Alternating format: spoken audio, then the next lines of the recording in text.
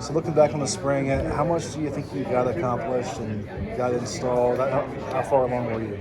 I think we got quite a bit installed. I mean, I'm not just looking at the spring, but over the 8 months we've been here. I mean, I think about obviously you want to be 2 years into it as opposed to 8 months into it. But I don't know what we could have accomplished in 8 months in a number of respects. Obviously, specific to the development side and the weight room, the conditioning side, the accountability side, and then obviously the scheme, the football piece. I mean, all that obviously adds up.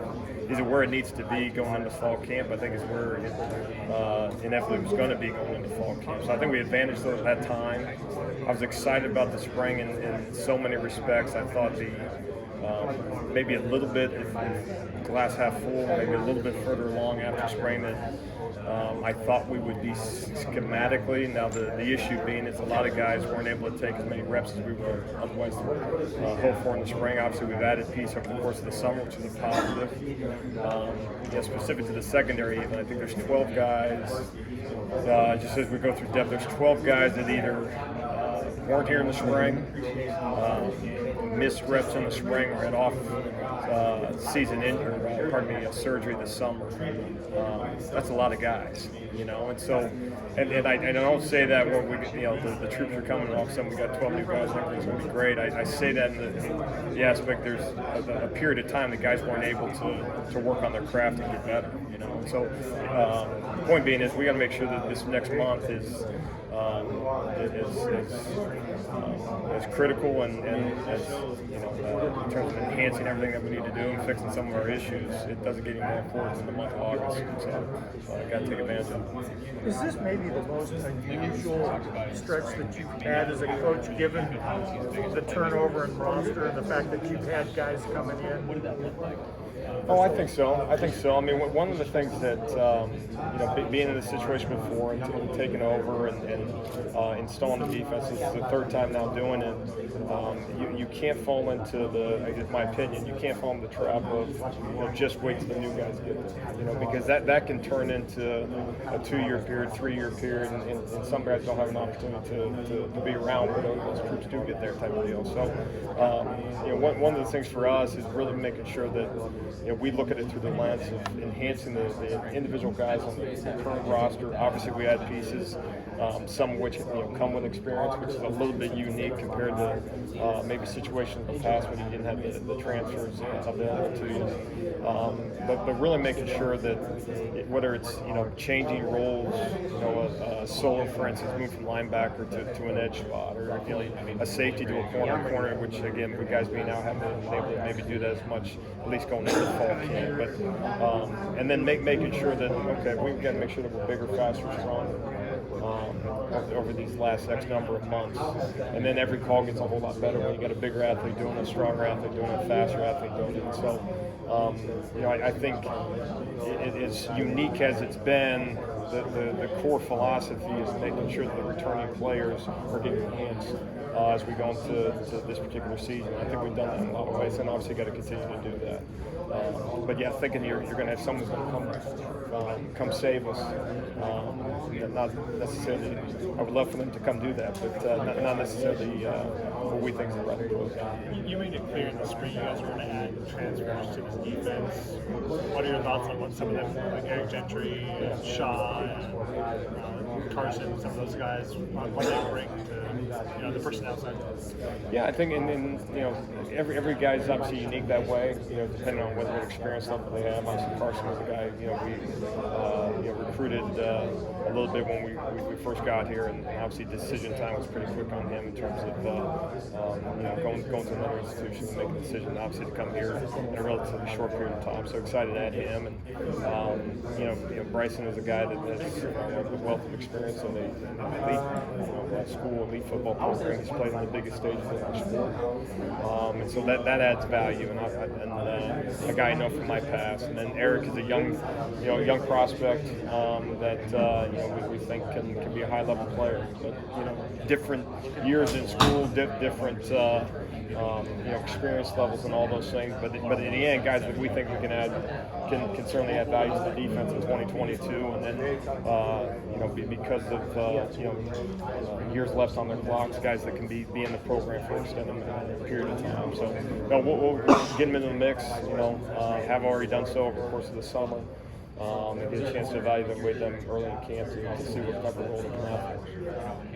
Are there particular stats you look at when you're evaluating the defense at the end of a game or end of a year, like points per drive or anything that you kind of look at as like this is a good measure of if we were successful or not? Sure. I mean, the number one metric obviously is win by one. If you can do that, then you got a chance to obviously compete for championships, and so that's number one. But we think and we believe this, and the stats would suggest this, is takeaways equal victory. Is what's the takeaway total over the course of a game? We don't score touchdowns, and obviously we'd love to, but included in that, if we score a touchdown, that includes a takeaway at some point within that play, and so that's the chief metric that we look at. I always use the example in offense when we look at scoring touchdowns as being extra credit. We don't look at takeaways defensively as being that's the extra.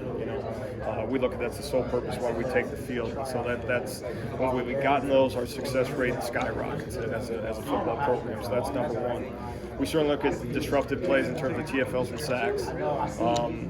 It's been a calling card of ours over the years at different places. It's one of the things that everything that we do in terms of our defensive front is to create those, get offenses behind the sticks, can create situations at third downs, and that where success rate can goes up. And so that's one. It's still, despite as college football has become such a spread game and the passing yards have gone up, one of the greatest predictors, whether or not offense can run the football. And so still number one on the docket is stopping the run, and so that's another metric that we look at.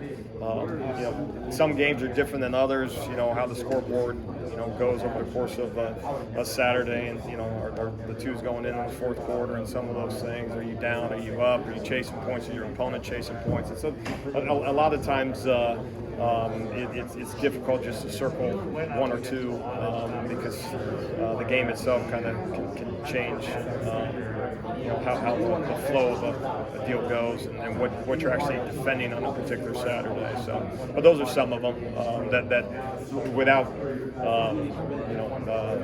anything to do with our offense or what the scoreboard is, and take all that out. You better be able to stop the run. You got to be able to get takeaways and create disruptive plays to get offenses off track. There was a lot of cross-training, I think, by design in the secondary over the spring. How much of that do you expect to bleed into the fall, and when would you kind of like to get everybody to their home, so to speak? Yeah, we'll continue to do that over the course of fall camp. And one of the things that we like to say, we want to play the best five in the secondary, regardless of quote-unquote position.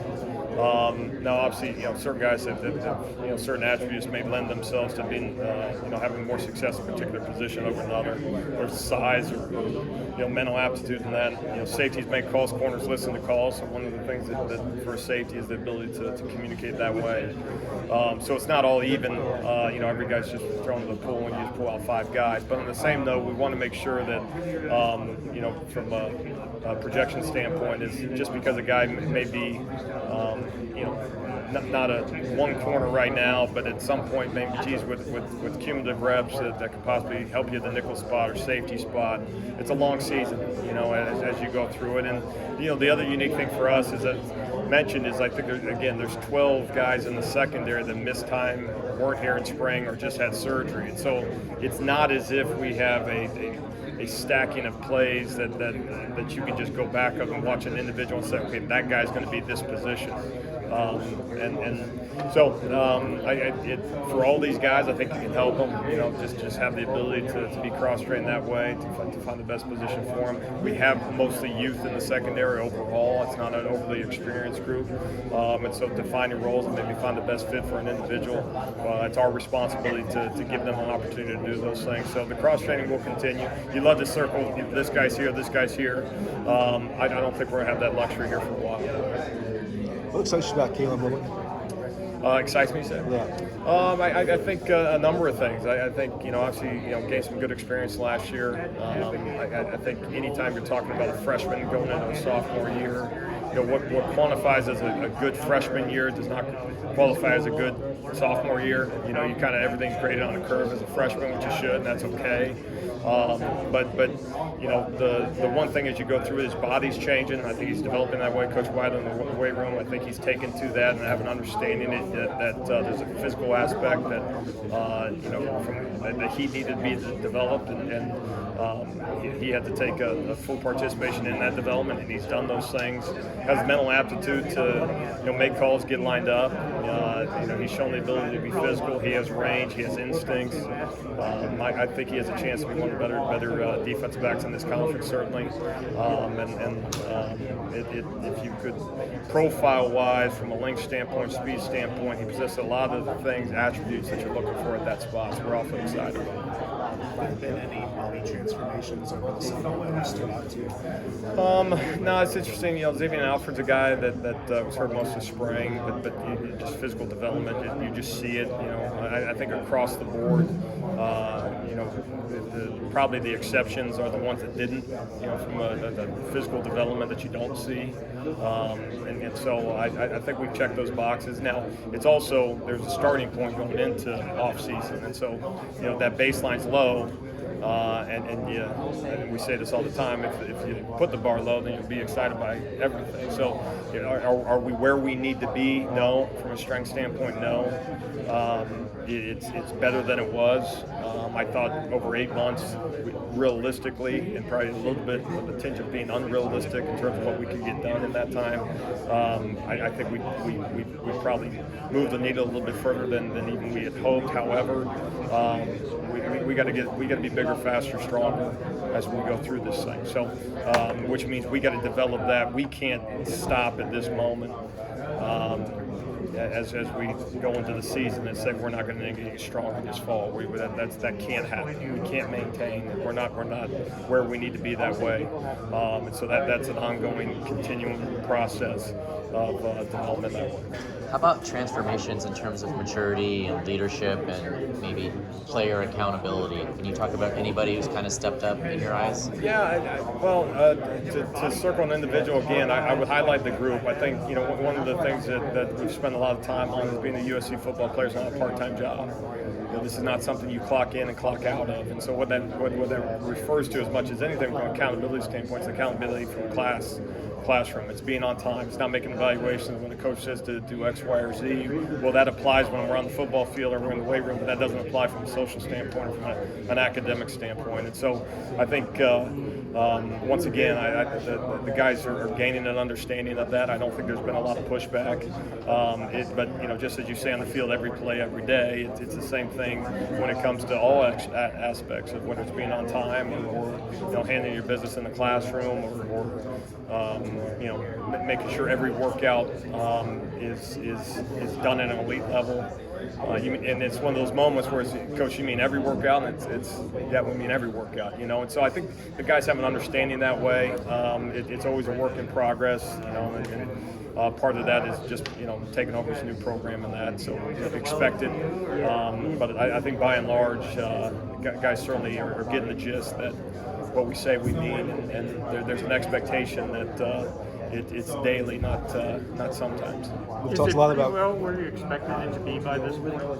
I think, again, being from a realism, you got to have some level of realism in this thing, and you also got to make sure that you don't dumb it down too much just so you feel good. So the bar's got to be higher. So if you set the bar from a championship standpoint, the team, specifically defensively, that you say goes into fall camp with that in mind, I think we still have to earn that. I don't think that's something from whether it's a conditioning, strength, from an execution standpoint, as we go back through and look at kind of rerun the spring cut-ups. There's not enough plays where you see 11 guys doing the right thing, and so what's that mean? That means that this fall camp has to just be a critical piece to everything that we do in 2022. What will become in 2022 will have everything to do with having a different conversation at the end of this month. We're talking about, again, not moving the needle development-wise, or not moving the needle further from an accountability standpoint or from an execution standpoint. Then we're going to have some difficulties.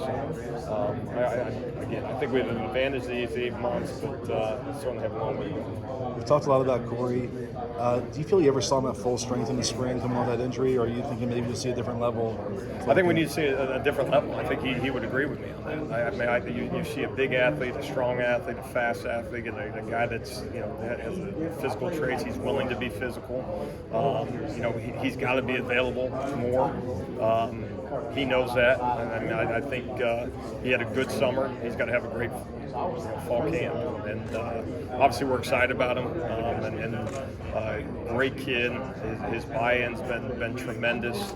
I think the needle's pointed up, but he has the ability to have that needle, get blown off the charts type deal. So Coach Mann does a great job with that room, and so work in progress like a lot of young guys. So I think in a lot of ways his transition, or better yet, transformation, is that freshman to sophomore year, which is probably the biggest jump that a lot of guys make. And so whether it's a new program or new coaching staff, I think part of it's just natural to youth and going into that second year. But we got to expedite that because we need him to be a major member of this defense. What kind of role do you see for Brandon Peely? Yeah, he was coming off an injury last year. Was limited in spring. I think he's one of those guys who's got to feel a sense of urgency going into his final year of eligibility. He's played a lot of football here, relatively speaking. Certainly, now how productive has he been over the course of that time? That's the challenge to him. So he's a guy that, once again, he has to be available for us to coach him, and he's got to be willing to, not fall into the trap of this is how I played over the previous 4 years, because we have a higher bar and higher expectations for those individuals. Now, his buy-in's been good. I keep using that term, which I don't particularly like to, but there's, it's probably the most accurate. But as we tell our guys, this is a contract year for him. There's either a contract waiting for him at the end of it, or it's not. So his sense of urgency has to go up. Eric Gentry is kind of a unique body size for linebacker. What is his upside there, and how does that help him maybe do things that others can't? Yeah, I think the upside is I'm not sure there's a limit to it. I really don't. The length, the speed, the unique thing is obviously seeing him play some college football.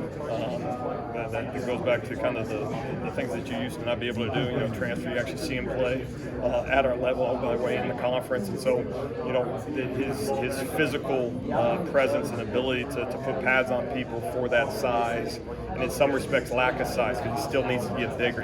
He needs to fill out to be the type of player he needs to be, and part of it, again, freshman to sophomore. So some of that's natural, but we're awfully excited about him. I think he's a guy that can have a major impact for us. We expect him to. We'll try him at a couple different spots in terms of that inside linebacker room. Find the best position for him. And he's got to have a great fall camp to compete that way. But length and speed, those are two major qualities that you look for at every position. But you notice him walking out of the locker room, it looks a little bit different than a lot of guys with that height. So we're excited about it. We didn't ask about Jacoby Covington earlier. Where does he slot in? He's a versatile guy. Yeah, so he's going to be the corner room initially. As you look at him relative to the position, has some length, has some experience, has size, can run. A guy we've known about for a long time, recruited, and so have an opportunity to compete out there. And like all those guys, we'll assess, just trying to get the best five out there. But I kind of pencil him in the corner right now. I think it's something he's comfortable with, and I think he can have an impact. Something Corey talked about earlier was he wanted to kind of shift his mindset to be a little bit more professional and kind of his off the field things he needed to take care of in terms of his body and off-season stuff. Just how important is that kind of mentality switch, especially for as highly touted a recruit he was? coming into college. Like, he's not the only big man on campus anymore. That's right, and it's critical. You know, it's one of those deals for our guys, and we'll tell them, you know, talent is a great starting point, but ultimately, as you get to our level, there needs to be more kind of in your tank, or more in your bank account from the standpoint of, you know, how do you handle yourself on a day in and day out basis. You know, you're not necessarily the strongest guy in the locker room anymore, you know, but you can be. So you got to work towards that.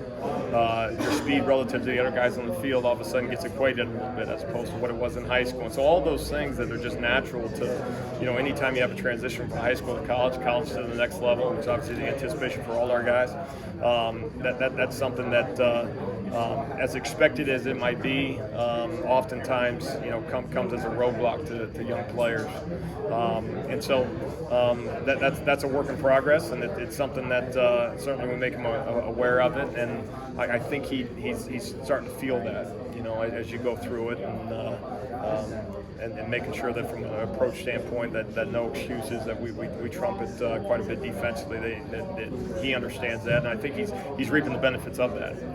As we've gone through summer, it's got to continue. Is Latrell staying at safety?